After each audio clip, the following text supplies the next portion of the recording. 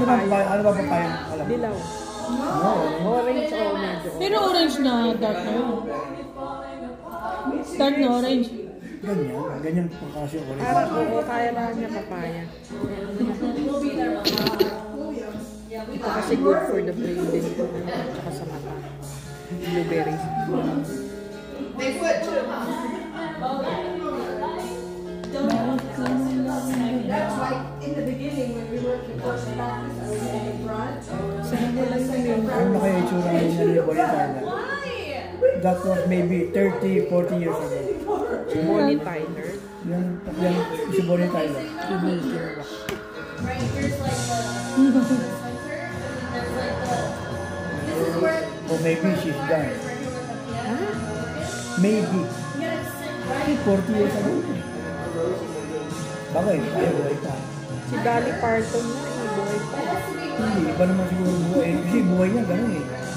Drugs, alak, kuya, di ba? Ito, si Hindi lang siya. Lahat ng mga artist kanya. Para makapag-concentrate sa paggawa ng kanta, di ba? Naka-drugs. Bakit ginagaya mo sa'yo? Hindi, ganun sila. Hindi ako, ganun sila. Hindi mo ako artist eh. Hindi mo ako artist eh. Addict lang ako, addict lang. Hindi ako artist, addict lang. Nagaya mo sa'yo yung mga artista. Kukuha pa kita? Yes. Kaya mo pang kantay? Kaya mo pang kantay? Pakita? Malamang di na. Ayaw mo na? That's the one song. Baka malamang hindi na. That's the one song because you eat all of it. And I have more because you eat all of it. Kuha pa ako ng malaki. Kuha mo. Up to. I know. I'm sorry. For Christmas. I was telling them. Give it up. Pagdating na. I want this one and this one. This one and this one. I can't yell. You can? Kasi yung first practice namin. Kukuha na lang ako ng ano na. Ay, talaga. Kukuha na lang ako ng bago.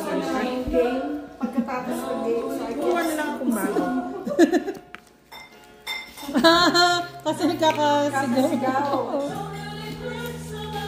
Kaya nung nanood kami sa ngayon, Roxanne was bored with me.